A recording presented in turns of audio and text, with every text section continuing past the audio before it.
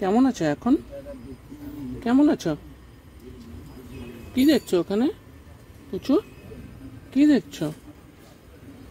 না কিচ্ছু নেই। কাকিমা ওর নামটা যেন কি? হ্যাঁ, রানী। ও বাবা, রানী ওখানে আবার ছুটে চলে যাচ্ছে। আহা, রানীর এখনো পায়ে ব্যথাটা আছে রে। কিছুদিন আগে ওকেই একটা আমাদের ওই রাস্তাটা যে গেছে ওইখান থেকে ও গেছিল, ওকে একটা বাইক এসে একটু মেরে দিয়েছে, এই জন্য এখনও করছে, খোঁড়াচ্ছে পিছনে পাটা। সবার কাছে একটাই অনুরোধ, এইসব নিরীহ প্রাণী যারা রয়েছে, যারা বলতে পারে না, তাদেরকে ওরকমভাবে আঘাত করবেন না। ঠিক আছে, ঠিক আছে, একদম আমি বলে দিয়েছি। আচ্ছা আচ্ছা, হ্যাঁ খাচ্ছে তো। ডাক্তার কি বলছে? ডাক্তার কি বলছে? এক্সরে করতে বলেনি ডাক্তার, এই ওষুধটা খেতে বলেছে, যদি না কমে তারপরে মনে হয় বলবো। আচ্ছা, সেটা কতদিনে দিয়েছে ওষুধটা?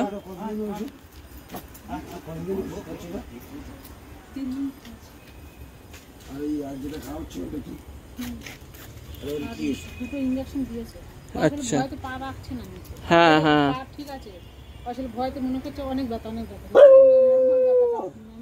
আচ্ছা বেরো না। না, আমরাও তো যারা মানুষ রয়েছি তারা তো মানে ঠিক মতন চালাই না। না, ওরা বলতে পারে না, ওদেরকে যা ইচ্ছা করে যায়, কুকুর বিড়াল সবাই।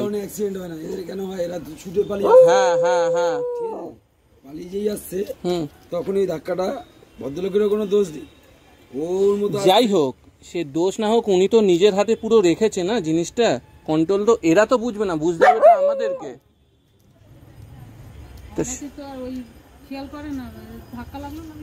সেটাই হচ্ছে কথা, মানে ওটাই তো হচ্ছে আমাদের বড় দোষ না, আর ওরা কিছু বলতেও পারে না, এটাই হচ্ছে খারাপ। পিছনের থেকে ঘরেও ঢোকেনি। আচ্ছা, পিছনে গিয়ে লালা ফালা প্রচুর, মুখ থেকে এমন কন্ডিশন, হ্যাঁ মানে ব্যথা করছে প্রচন্ড, তাই জন্য ঘরে আসছে না আর ভয়তে। ঘরে আর ঢুকছেই না এখন, তো এখান থেকে বাড়ি যাক, আর এখানে দাঁড়াবে না। না না, ঠিক আছে। না না, তুমি দেখে থাকবে, দুষ্টু একদম দুষ্টুমি করবে না, এইটুকু জায়গার মধ্যে থাকবে। হ্যাঁ ও বাবা, ও একটু ক্যামেরায় তাকাও, তোমাকে ফেমাস করবো আমি, দাঁড়াও। ঠিক আছে ঠিক আছে, এই যে বসো, গুড গার্ল, লাভ ইউ। রানী ভালো মেয়ে, সত্যি ভালো মেয়ে। হ্যাঁ, ওই দেখো, বাবা, ও বাবা, হ্যাঁ। শুধু একটাই অনুরোধ সবার কাছে, যে এদেরকে যেন আমরা কোনো আঘাত না দিই, কারণ এদের থেকে লয়াল আর সৎ কেউ হতে পারে না আমাদের জীবনে, মানুষরা তো একদমই না। লাভ ইউ রানী। সুপ্রভাত সবাইকে, আশা করি সবাই ভালো আছেন। আজকে এই সকালে আমার ভিডিওটা করার একটাই কারণ, তার ইয়েটা হচ্ছে গতকাল রাতে আমি যে ভিডিওটা করেছি রানীকে নিয়ে, মানে যে কুকুরটিকে নিয়ে, তো আমি ক্যামেরা বন্ধ করার পর রানীকে যারা এখন মানুষ করছেন, যে কাকু কাকিমা আমাকে কয়েকটা কথা বলল, আর সেটা আমি মনে করি সেগুলো আপনাদের সঙ্গে তুলে ধরা বা শেয়ার করা আমার একটা কর্তব্য।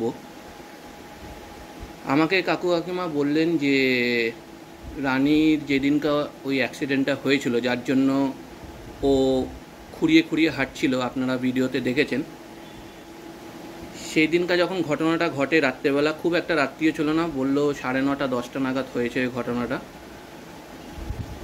তো রানী কিন্তু সেদিনকা ঘরে ঢোকেনি, ও ঘরের পিছনে গিয়ে বসেছিল চুপচাপ, মুখ দিয়ে খালি লালা পড়ছিল, আর 100 বার আমাদের যেরকম ব্যথা লাগলে বা কেটে গেলে বা ছড়ে গেলে খুবই ব্যথা যন্ত্রণা হয়, ওদেরও তাই একইভাবে হয়। তো রানীরও ঠিক সেরকমভাবে খুব যন্ত্রণা সেদিনকা অনুভব করছিল, তাই জন্য রানী সেদিনকা ঘরে আর ঢোকেনি। রানী ঘরের পিছন দিক দিয়ে ঢুকে বসেছিল অনেকক্ষণ ধরে, তারপর কাকু আর কাকিমা দেখে ওকে নিয়ে আসে, তারপর তার সেবা শুশ্রূষা করে। আমি তো কালকে ভিডিওটাতে দেখালাম ও এখন কি অবস্থায় রয়েছে। তো যেটা বক্তব্য হচ্ছে আমার, আজকে রানীর এই দুর্ঘটনাটা ঘটেছে সেটা কিন্তু আমাদের জন্য। তার কারণ হচ্ছে যে আমাদেরকে মানুষ বলা হয়। মানুষ কথার অর্থ কী? যার মান আর হুঁশ দুটোই আছে, যেটা আমাদের আছে, তাই জন্যই আমাদেরকে মানুষ বলা হয়। পশু পাখি কারোরই কিন্তু মান আর হুঁশ নেই, তাই জন্য তাদেরকে মানুষ বলা হয় না। তো আজকে ভগবান আমাদের সেই জিনিসটা যখন আশীর্বাদ রূপে দিয়েছে, তো আমি মনে করি সেটা আমাদের মেনে চলা উচিত সবসময়। আজকে এই যে ঘটনাটা ঘটেছে তার কারণ বা অকারণ যাই থাকুক না কেন, আমি সেই বিশ্লেষণে যেতে চাই না। একটাই জিনিস বলতে চাই, সেটা হলো আজকে যদি রানীর বুদ্ধি থাকতো বা কিছুটা সেন্স থাকতো, তাহলে ও কিন্তু গাড়ি বা বাইকের সামনে চলে যেত না। শুধু রানী বলে না, রাস্তার কোনো কুকুর বা বেড়াল তারা কখনোই যেত না। কারণ কেউ নিজে যেচে ব্যথা বা মরতে চায় না। আজকে আমাদের যতই ব্যস্ততা থাকুক না কেন,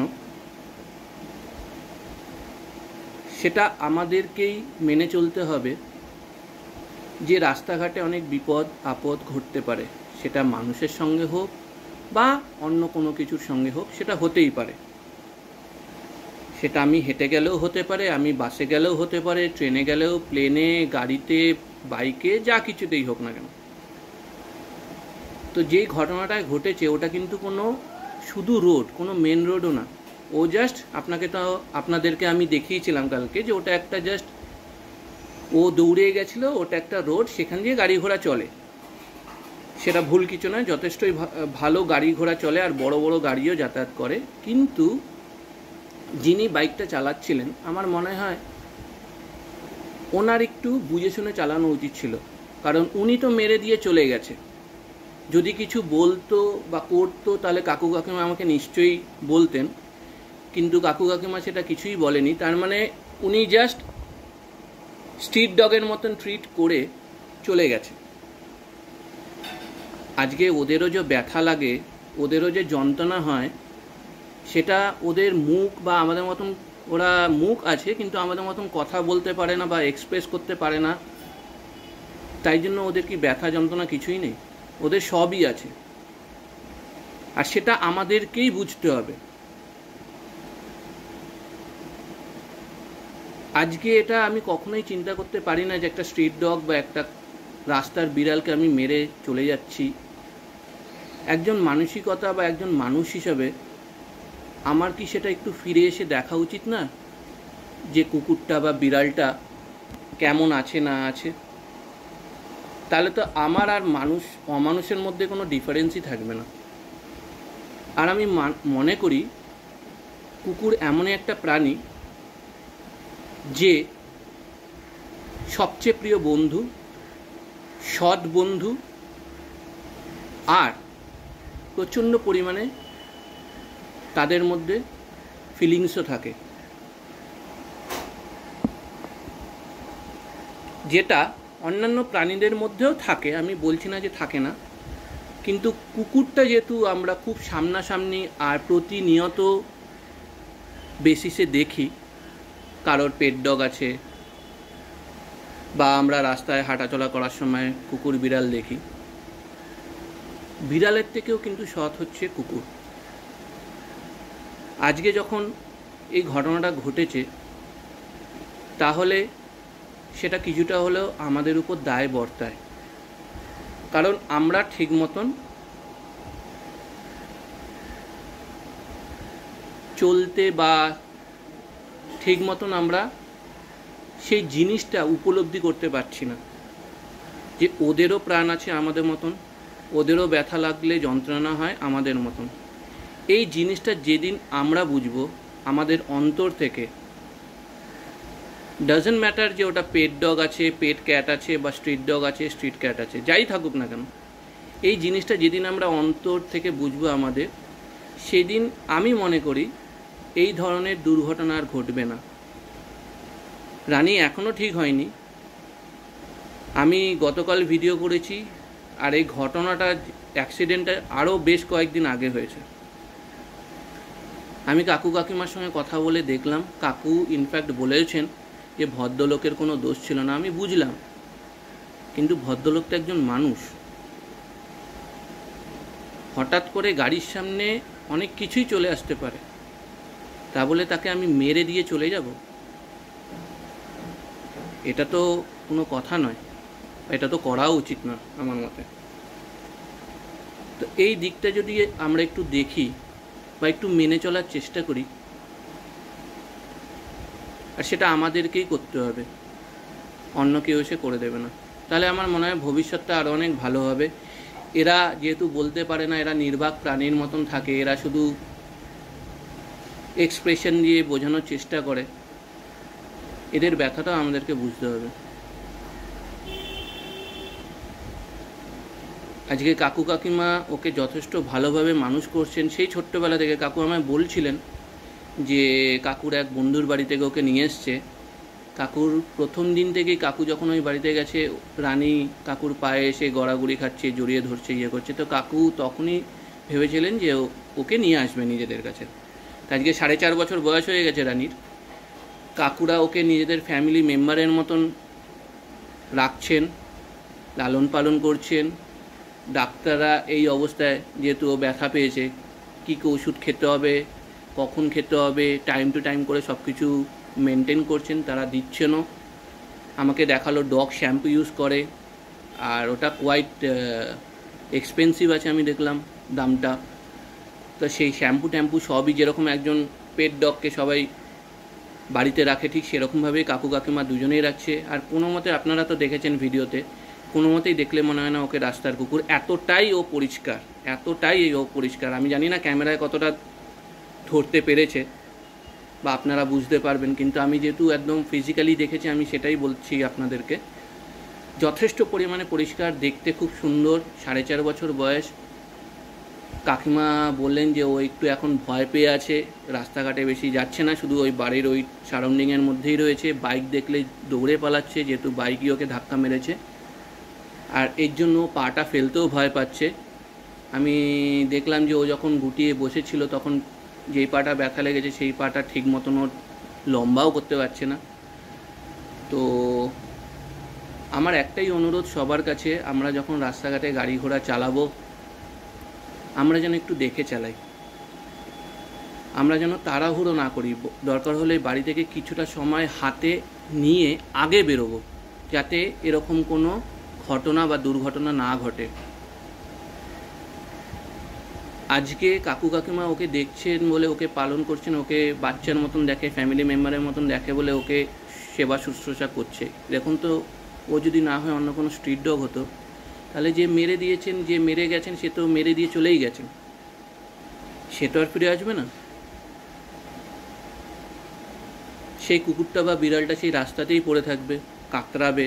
মারা গেল তো হয়েই গেল, না হলে যন্ত্রণায় কাতরাবে, ছটফট করবে, যতক্ষণ না কেউ এসে তাকে কোনো ডাক্তারখানায় বা কোনো হসপিটালে নিয়ে যাচ্ছে। তো এই জিনিসটা কিন্তু আমাদেরকেই দেখতে হবে বন্ধু। এই জিনিসটা যদি আমরা না দেখি, তাহলে আর কেউ দেখবে না। তাই এই ভিডিওটার মাধ্যমে আমি এইটুকুনি বলতে চাই, বা সবার ঘরে আমি পৌঁছানোর চেষ্টা করছি, যে এরকম দুর্ঘটনা যেন আর না ঘটে, সেটা আমরা চেষ্টা করব, প্রতিজ্ঞাবদ্ধ হব। আমার যদি খুব কাজের তাড়া থাকে, আমি তাহলে বাড়ি থেকে একটু হাতে সময় নিয়ে আগে থেকে বেরোবো, যেন এই রকম দুর্ঘটনার ভবিষ্যতে না ঘটে। এটা আমার আপনাদের সবার কাছে একটা বিনীত অনুরোধ। আপনারা এটা পালন করুন, তাহলে ওরাও বাঁচবে আর আমরাও বাঁচব। আমরা তো ওদেরকে নিয়েই বাঁচার চেষ্টা করে থাকব। কারণ আমি আগেও বলেছি, আবারও বলছি, কুকুরের মতন ভালো বন্ধু জীবনে আর কেউ হতে পারবে না, মানুষও না।